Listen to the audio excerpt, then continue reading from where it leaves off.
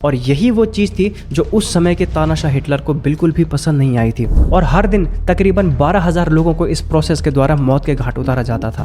उसके दिमाग में ऐसा क्या आया जिससे उसने लाखों इनोसेंट ज्यूज को नर्क से भी बदतर जिंदगी जीने के लिए मजबूर किया। यानी कि उसने इनडायरेक्टली ज्यूज को अपने ही देश में पराया घोषित कर दिया और फिर उनको मारना शुरू कर दिया। करके उसने ये साफ ऐलान कर दिया था कि सिर्फ वही लोग जर्मन के सिटीजन है जिनके अंदर जर्मन खून है। यानी कि ये कोई नहीं जानता था कि आखिर हिटलर इन कैंप्स में कितना खौफनाक काम करने वाला था। लेकिन अब तक हिटलर यूरोप के 6 मिलियन यहूदियों को यानी 60 लाख यहूदियों को मौत के घाट उतार चुका था।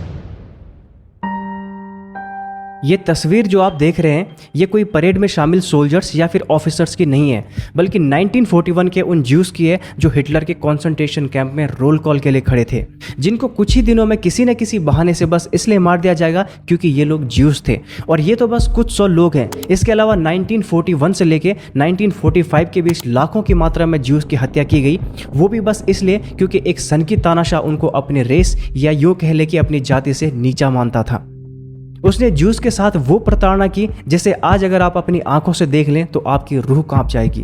उसने उन्हें जहरीले गैस से भरे चैम्बर्स में जिंदा जलाया, उन्हें निर्वस्त्र करके मारा पीटा, उनके घर जलाए, उनका व्यवसाय उनसे छीन लिया और तो और उनके बच्चों को भी मौत की नींद सुला दिया और उन्हें भूखे पेट एक कैंप में मजदूरी करने के लिए छोड़ दिया। और भूख के कारण अगर कोई थक हार के बैठता तो उसको ऑन द स्पॉट गोली मार दी जाती। और इस पूरी सिचुएशन को क्रिएट करने वाले इंसानी दरिंदे का नाम था एडोल्फ हिटलर।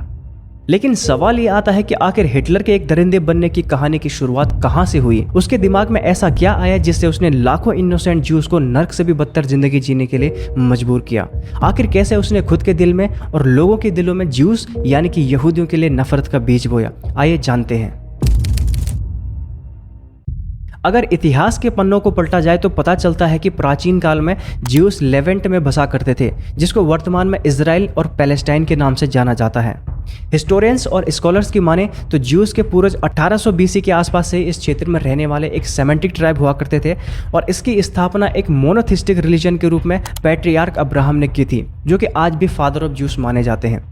अगर जेविश रिलीजियस टेक्स्ट की माने तो उनके नेटिव लैंड को प्रोमिस्ड लैंड कहा जाता था। उनके अकॉर्डिंग यही वो लैंड था जो भगवान ने अब्राहम और उनके वंशज को रहने के लिए ऑफर की थी और तभी से ज्यूस इस जमीन को पवित्र मानते हैं। और यहीं से उन्होंने अफ्रीका, एशिया और यूरोप जैसे महादेशों के साथ ट्रेड और कल्चरल एक्सचेंज करना शुरू किया। अब शुरुआत से ही ज्यूस लोगों को काफ़ी सारे अप्स एंड डाउन्स का सामना करना पड़ा। वहाँ कई सारे किंगडम्स का उदय और पतन हुआ, लेकिन उनसे उनकी नेटिव लैंड तब तक नहीं छीनी थी जब तक 6th सेंचुरी बीसी में उन पर बेबीलोनियंस का हमला नहीं हुआ था। ये वही समय था जब ज्यूस पहली बार अपने देश से माइग्रेट करने लगे और आने वाली कई सेंचुरी तक उनका पलायन चलता रहा और वो नॉर्थ अफ्रीका, मिडिल ईस्ट और यूरोप में जाकर बसने लगे। इसके बाद रोमन एम्पायर के एक्सपेंशन के टाइम पर भी ज्यूस का माइग्रेशन यूरोप में काफी बड़ा था, जिसकी वजह से अब इटली, ग्रीस और स्पेन जैसे देशों में भी ज्यूस की बस्तियां बसनी शुरू हो गई थी।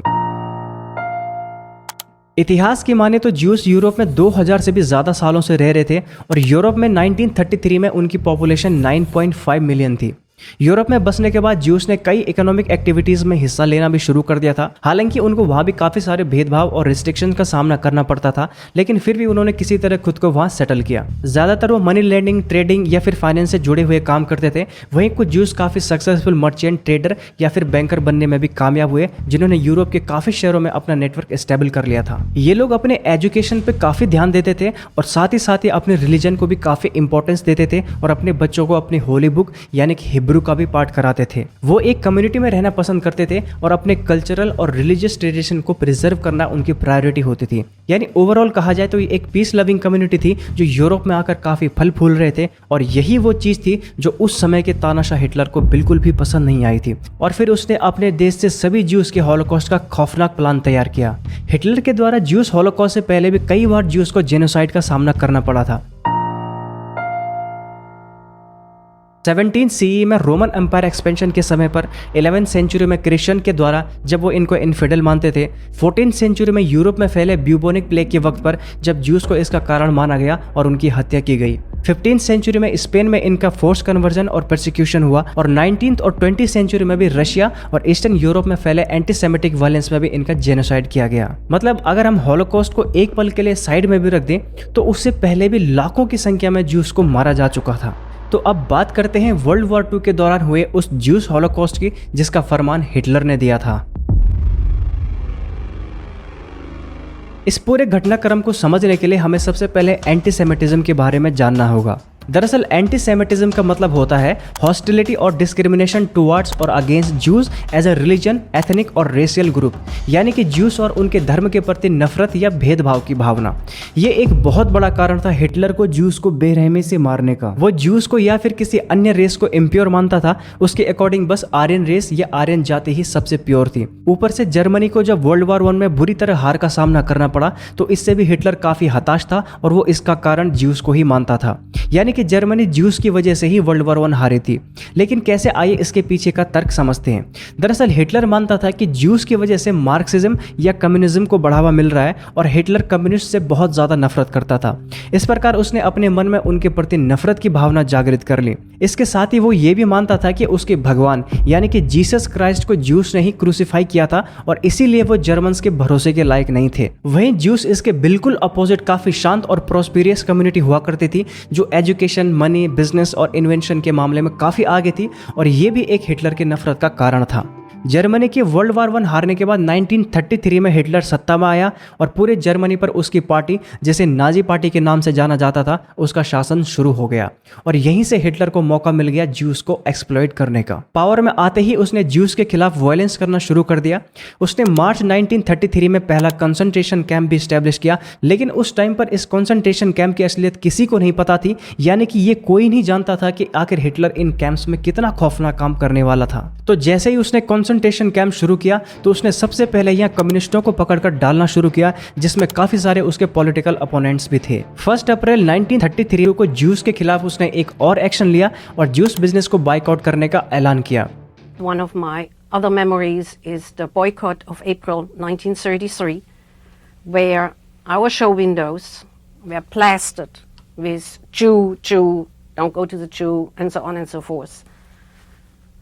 These are really some of my childhood memories. उनसे लॉ प्रैक्टिस करने का हक छीन लिया गया और अब वो एडिटर्स नहीं बन सकते थे और ना ही वो किसी जर्नलिज्म से जुड़े एक्टिविटीज में पार्टिसिपेट कर सकते थे। पर ज्यूस की लाइफ नरक तब बनी जब हिटलर ने 1935 में राइट सिटीजनशिप लॉ और न्यूरम्बर्ग लॉ पास किया। दरअसल ज्यूस से पढ़ाई का अधिकार, नौकरी का अधिकार छीनने के बाद हिटलर ने उनसे उनकी सिटीजनशिप छीनना भी शुरू कर दिया था। न्यूरम्बर्ग लॉ पास करके उसने ये साफ ऐलान कर दिया था कि सिर्फ वही लोग जर्मन के सिटीजन है जिनके अंदर जर्मन खून है, यानी कि उसने इनडायरेक्टली ज्यूस को अपने ही देश में पराया घोषित कर दिया और फिर उनको मारना शुरू कर दिया। अभी तक उसने पूरे जर्मनी के अंदर काफी सारे कंसंट्रेशन कैंप खोल दिए थे जिसमें कैदियों की संख्या 3500 से भी ज्यादा हो चुकी थी।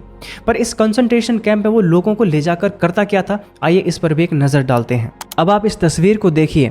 पूरे जर्मनी में हिटलर ने इतने सारे कंसंट्रेशन कैंप और डेथ कैंप बना रखे थे। कंसंट्रेशन कैंप में सबसे पहले तो लोगों को ट्रेन भर भर के लाया जाता था, फिर उन्हें अलग अलग ग्रुप में डिवाइड कर दिया जाता था और ये डिवीजन उनके यूज के आधार पर होता था, यानी कि इनमें से कौन लोग हैं जिसे हिटलर एक स्लेव के रूप में काम करवाने के लिए रख सकता था और कौन ऐसे हैं जो हिटलर के किसी काम के नहीं थे, जिसमें से ज्यादातर गर्भवती महिलाएं, बच्चे, बूढ़े होते थे जिन्हें हिटलर बिना किसी दया के डेथ कैंप में मरने के लिए भेज देता था। वहीं कंसंट्रेशन कैंप में रुकने वाले लोगों के साथ जानवरों से भी बुरा व्यवहार किया जाता था। उन्हें स्ट्रिक्ट ड्यूटी दी जाती थी और उन्हें एक पल के लिए भी आराम करने के लिए नहीं दिया जाता था। पूरे दिन भर जानवरों की तरह रखने के बाद उन्हें कई दिनों तक खाना नहीं दिया जाता था और भूख के कारण अंत में उनकी मौत हो जाती थी। कोई ज्यूस अगर फिर भी जिंदा बच जाता था तो उसको ये एक्सटर्मिनेशन कैंप या फिर डेथ कैंप में मरने के लिए भेज देता था, जहां एक पॉइजनस गैस चैम्बर हुआ करता था और यहाँ ले जाकर इनको बंद कर दिया जाता था और कुछ ही टाइम में इनका शरीर राख बनकर जल जाता था। इन कैंप्स में हो रही हैवानियत का अंदाजा आप इस बात से भी लगा सकते हैं कि इसमें मौजूद गैस चैम्बर में एक बार में 2000 ज्यूस को भरा जाता था और फिर दरवाजा बंद करके उस चैम्बर में जहरीली गैस छिड़कर उन्हें तड़प तड़प कर मरने के लिए छोड़ दिया जाता था और हर दिन तकरीबन 12,000 लोगों को इस प्रोसेस के द्वारा मौत के घाट उतारा जाता था। आइए अब वापस 1939 के समय की बात करते हैं जब हिटलर ने पोलैंड पर आक्रमण करके दूसरे विश्व युद्ध की शुरुआत कर दी थी। पोलैंड में उस टाइम पर ज्यूस की पॉपुलेशन करीब 20 लाख के आसपास हुआ करती थी। अब जैसे ही उसने पोलैंड को अपने कब्जे में लिया तो सबसे पहले तो उसने यहाँ के मौजूद ज्यूस का जेनोसाइड करना शुरू किया और उन्हें जबरदस्ती पकड़ कर लाखों की संख्या में कंसंट्रेशन कैंप भेजा जाने लगा और उनके फूड सप्लाई पर भी रोक लगा दी गई। इस वक्त पर तकरीबन 5 लाख ज्यूस की मौत केवल भूखमरी, बीमारी और पुअर लिविंग कंडीशन की वजह से हो चुकी थी। इसके अगले साल ही उसने नॉर्वे पर भी हमला किया और वहां मौजूद 1800 ज्यूस को भी मौत के घाट उतार दिया। अभी तक जर्मनी में 42,000 डिटेंशन कैंप बनाए जा चुके थे, जिसमें concentration camp, death camp, prisoners of war camp, labour camp और एक्सटर्मिनेशन कैंप शामिल थे। टोटल 6 साल के इंटेंस किलिंग के बाद जब जर्मनी वर्ल्ड वॉर 2 में हारा और 30 अप्रैल 1945 को हिटलर ने आत्महत्या कर ली, तब जाकर ज्यूस ने दोबारा चैन की सांस ली। लेकिन अब तक हिटलर यूरोप के 6 मिलियन यहूदियों को यानी 60 लाख यहूदियों को मौत के घाट उतार चुका था। हिटलर के जाने के बाद जो ज्यूस यूरोप में बच गए थे, एक बार फिर उन्होंने अपनी ज़िंदगी दोबारा से शुरू की और उन्हें अलाइड फोर्सेस द्वारा बनाए गए डिस्प्लेस्ड पर्सन कैंप में रखा जाने लगा और यहाँ उन्हें टेम्परेरी शेल्टर्स, फूड और हेल्थ केयर सर्विस प्रोवाइड की जाने लगी। वहीं 1948 में इसराइल की स्थापना के बाद यहूदियों को अपना नेटिव लैंड वापस मिल गया और यूएन के एक रेजोल्यूशन के द्वारा दुनिया भर से ज्यूस इसराइल में रहना शुरू करने लगे और इस तरह उनकी घर वापसी हुई। इसराइल बनने के बाद ज्यूस ने फिर से तरक्की करना शुरू किया और आज वो एक छोटे से देश होने के बावजूद भी टेक्नोलॉजी और इनोवेशन में काफ़ी आगे हैं। उन्होंने cyber security, artificial intelligence, biotechnology और रिन्यूएबल एनर्जी में महारत हासिल कर ली है। इसके साथ साथ अपने आसपास के मुस्लिम देशों से हमेशा खतरा होने के बावजूद भी उनकी सिक्योरिटी काफ़ी ज़बरदस्त है और उनकी इंटेलिजेंस एजेंसी मोसाद, इसका तो पूरी दुनिया लोहा मानती है। इसे दुनिया की सबसे बेस्ट इंटेलिजेंस एजेंसी माना जाता है। शायद इसके बारे में आपने बहुत बार सुना भी होगा। तो दोस्तों, ये थी आज की वीडियो। उम्मीद करता हूँ आपको पसंद आई होगी। अगर वीडियो अच्छी लगी होगी तो एक लाइक ज़रूर करना और ऐसी वीडियो देखने के लिए चैनल को सब्सक्राइब करना। जय हिंद, वंदे मातरम।